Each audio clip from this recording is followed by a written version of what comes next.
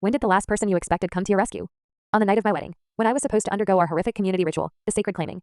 In my community, every bride was expected to spend her wedding night being broken in by the village elders because they said virgins belonged to the community before they belonged to their husbands.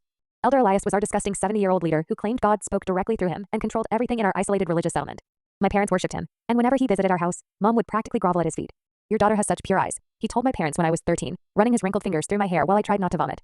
She'll make a perfect offering when the time comes. When I turned 18, Elder Elias knocked on our door at 6 in the morning with a massive grin on his face. Congratulations, he announced to my parents. I've selected young Levi as your daughter's husband, and the ceremony will be next month. My mother started crying tears of joy while my father shook Elias's hand repeatedly. But I felt my stomach drop because I knew what came next. Elder Elias pulled me aside and his eyes lit up. Now let me explain your sacred duties as a bride, he said, licking his lips. Before your husband can touch you, all 12 elders will spend your wedding night preparing your body for marriage.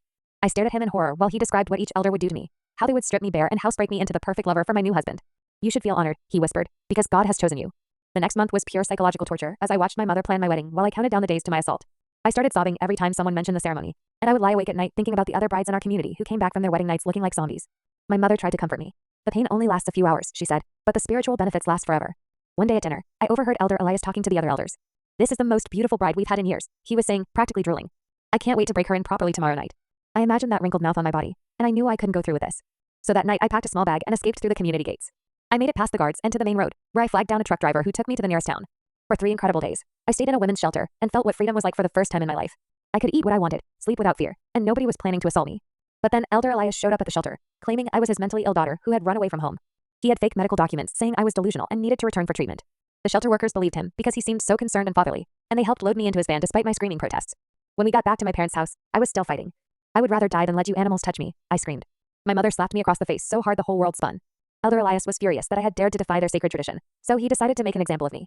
Since you tried to run away from your divine calling, he announced with a sick smile, you'll now spend an entire week with the elders, and your wedding ceremony will be performed publicly so everyone can witness your submission. They locked me in the community prayer house and the elders took turns visiting me to explain exactly what they planned to do. But right when I felt like all hope was lost, someone came to my rescue. Levi, my intended husband. He came to the window of the prayer house the night before we were supposed to be married, and he was shaking. I just found out what the sacred claiming actually is, and I'm horrified, he said. His family had moved to our community when he was 12, so he had never witnessed the ritual firsthand, and genuinely believed it was just a blessing ceremony. I heard Elder Elias and the others talking about what they're going to do to you, he said. And I can't let this happen. I'm bringing the police here tomorrow night to catch them in the act. The next evening, just as Elder Elias was entering the prayer house with 2 other elders for my first night of preparation, police burst through the doors with guns drawn. Levi had led them straight to the scene, and they caught Elder Elias in the act of unlocking my cell while describing what he planned to do to me.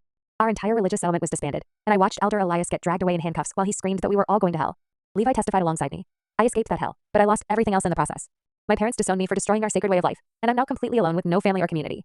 I still have nightmares about what would have happened if Levi hadn't overheard the plan and had a conscience. And I struggle with trusting men because of what those monsters taught me. But at least I'm free, and no young woman will ever have to endure the sacred claiming.